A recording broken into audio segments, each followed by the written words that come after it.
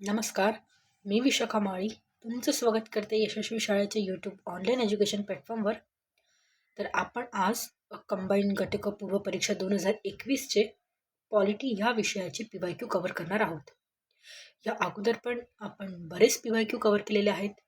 तुम्ही आपल्या प्लेलिस्टमध्ये बघू शकतात आणि आपल्या यशस्वी शाळेच्या चॅनलवर तुम्ही बघू शकतात.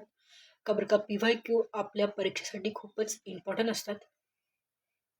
तर आणि घटकासाठी तर खूपच इम्पॉर्टंट असतात PYQ मधूनच त्यांचे क्वेश्चन्स विचारले जातात.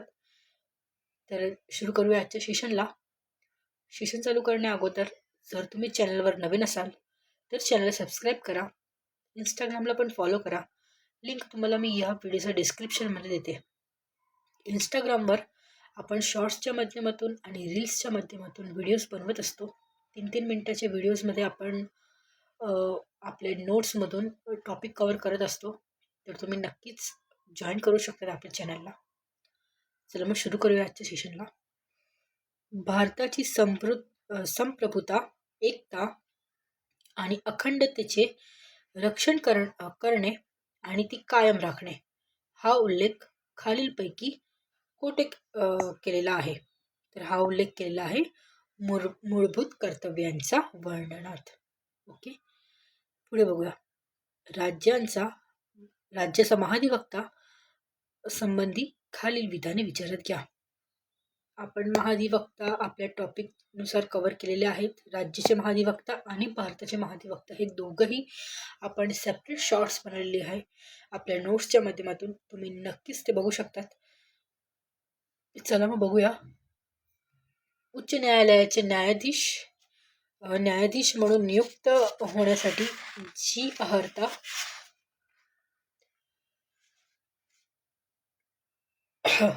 जी अर्हता आवश्यक असते ती अर्हता त्यांच्याजवळ असणे आवश्यक असते.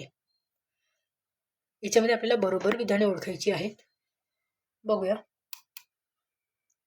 उच्च न्यायालयाचे न्यायाधीश मिळणारे सर्व विशेष अधिकार व फायदे संरक्षण त्यास मिळते, तर सर्व विशेष अधिकार मिळत नाही.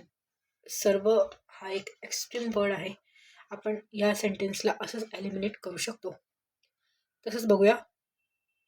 जर बी येत नाहीये तर आपण 2 ऑप्शन एलिमिनेट करू शकतो, 3 ऑप्शन एलिमिनेट करू शकतो आणि 4 पण एलिमिनेट करू शकतो. तर आपलं शॉर्टकट उत्तर ए येत आहे. फक्त ए बरोबर आहे. तर आपला इथे टाईम वाचतो आणि आपण हे पुढचं रीड करायलाच आपण जात नाही. याच टेक्निकने आपल्याला आपली एक्झाम क्रॅक करायची असते. ओके, तर याचं उत्तर येते फक्त एक बरोबर आहे. पुढे बघूया. राज्याचे महाधिवक्ताची कलम कोणती आहे? कलम 165. राज्याचे महाधिवक्ता नेमण्याची कलम यात तरतूद ह्या कलमामध्ये केलेली आहे. पुढे बघूया. खालीलपैकी कोणत्या समितीने महाराष्ट्र ग्रामपंचायतीच्या सरपंचाची निवड थेट जनतेतून प्रत्यक्ष पद्धतीने करण्याची शिफारस केली आहे? तर ती समिती आहे PB पाटील समिती.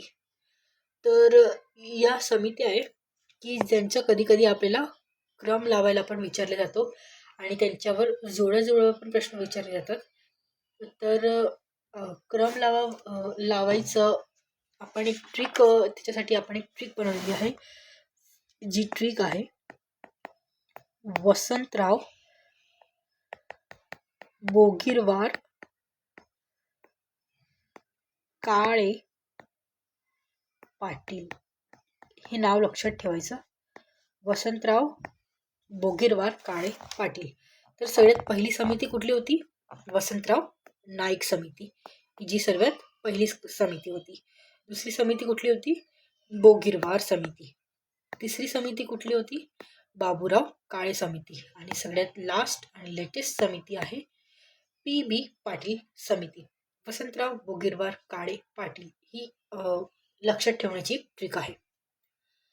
चला मग पुढच्या प्रश्नाकडे जाऊया. उच्च न्यायालये कोणत्या कलमांतर्गत विशेष आदेश जारी करतात? तर कलम 226 अंतर्गत 2 to 6. ग्रामसभेच्या संदर्भात कोणते विधान योग्य आहे? ओके, तर आपण इथे ग्राम सदस्यांचे सभेसंदर्भात आपण योग्य विधाने नाही विचारले. ओके, आपल्या याच्यामध्ये योग्य चुकीचा विधान निवडायचा आहे. तर हा क्वेश्चन आयोगाने हॅशटॅगमध्ये टाकलेला होता, कारण का इथे एक्स्ट्रीम वर्डचे वापर केलेला आहे. तर हा आपला हॅशटॅगचा क्वेश्चन आहे. पुढे बघूया. खालीलपैकी कोणते कलम केंद्र सरकारकडून राज्यांना देण्यात येणाऱ्या मदत अनुसंधानी आहे? तर तो आहे कलम 375. कलम 375 मध्ये केंद्र सरकारकडून राज्य सरकारना देण्यात येणारी मदत अनुदानाशी ही संबंधित कलम आहे. ग्लास्को परिषद संबंधी विधान असत्य आहे. याच्यामध्ये आपल्याला असत्य विधान निवडायचे आहे, पण हा पण क्वेश्चन आयोगाने हॅशटॅगमध्ये टाकलेला आहे. पुढे बघूया. खालीलपैकी कोणते विधान सत्य नाही? याच्यामध्ये आपल्याला चुकीचं विधान ओळखायचं आहे. भारतीय राज्यघटनेची अंमलबजावणीची तारीख 26 नोव्हेंबर 1956 आहे. तर ही अंमलबजावणीची तारीखच चुकलेली आहे. राज्यघटनेच्या अंमलबजावणीची तारीख आहे 26 जानेवारी 1950. ओके. 42व्या घटना दुरुस्तीमध्ये धर्मनिरपेक्ष हा शब्द जोडण्यात आला. अगदी बरोबर आहे. 42वी घटना दुरुस्ती 1976 मध्ये करण्यात आली. अगदी बरोबर आहे. भारतीय राज्यघटनेतील सामाजिक, आर्थिक आणि राजकीय न्याय हे तत्व रशियन सोव्हिएट राज्य संघटनेमधून घेतले आहेत. हे पण बरोबर आहेत. आपलं चुकीचं उत्तर आहे 1.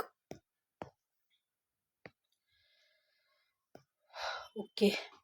खालील विधाने लक्षात घ्या. कलम 3 नुसार संसद राज्यामधून भूप्रदेश अलग करून नवीन राज्य निर्माण करू शकते. बरोबर आहे. याच्यामध्ये आपल्याला बिनचूक म्हणजे करेक्ट आपण इंग्लिशमध्ये बघून घ्यायचं. असं बिनचूक वगैरे आपण जर कन्फ्यूज झालो तर आपण याच्यात लगेच बघायचं इंग्लिशमध्ये करेक्ट आणि नॉन करेक्ट. ओके, तर आपल्याला इथे करेक्ट विधान ओळखायचे आहे. तर कलम 3 नुसार संसद राज्यामधून भूप्रदेश अलग करून नवीन राज्य निर्माण करू शकते. बरोबर आहे. संसद राज्यांचा सीमा व नाव बदलू शकते. हे पण बरोबर आहे. नवीन राज्य निर्मिती संदर्भातील विधेयक मांडण्यात राष्ट्रपतीची पूर्व शिफारस आवश्यक असते. बरोबर आहे. आणि अशी विधेयक सादर करताना संबंधित राज्याचे विधिमंडळाने दिलेले सल्ला किंवा मत स्वीकारणे हे बंधनकारक असते. तर हे विधान चुकीचं आहे. आपलं उत्तर येत आहे A, B आणि C विधान बरोबर आहेत. ओके, आपण आता पुढच्या क्वेश्चनकडे बघूया. पुढचा आणि एक लास्ट क्वेश्चन आहे आपला पॉलिटीचा. खालील विधाने विचारात घ्या. मुख्यमंत्र्यांच्या व्यतिरिक्त राज्यांना मंत्रिमंडळातील एकूण सदस्याची संख्या त्या राज्याच्या विधानसभेच्या एकूण सदस्य संख्येच्या 15% जास्त असता कामा नये. तर मुख्यमंत्री व्यतिरिक्त नाही, मुख्यमंत्र्यांसोबत. तर हे पहिलं वाक्य चुकीचं आहे. दुसरं बघू. मुख्यमंत्र्या व्यतिरिक्त राज्याच्या मंत्रिमंडळातील एकूण सदस्य संख्या ही 12पेक्षा कमी असता कामा नये. तर हे पण चुकीचं आहे. मुख्यमंत्री व्यतिरिक्त नाही, मुख्यमंत्र्यासोबतच. तर दोन्ही विधान चुकीची आहेत. तर आपले पॉलिटीचे क्वेश्चन संपलेले आहेत. तर तुम्हाला व्हिडिओ आवडला असेल तर व्हिडिओला लाईक करा. चॅनलवर नवीन असाल तर चॅनलला सबस्क्राईब करा. तुमच्या फ्रेंड्सबरोबर पण शेअर करा आणि इंस्टाग्रामला पण फॉलो करा. धन्यवाद.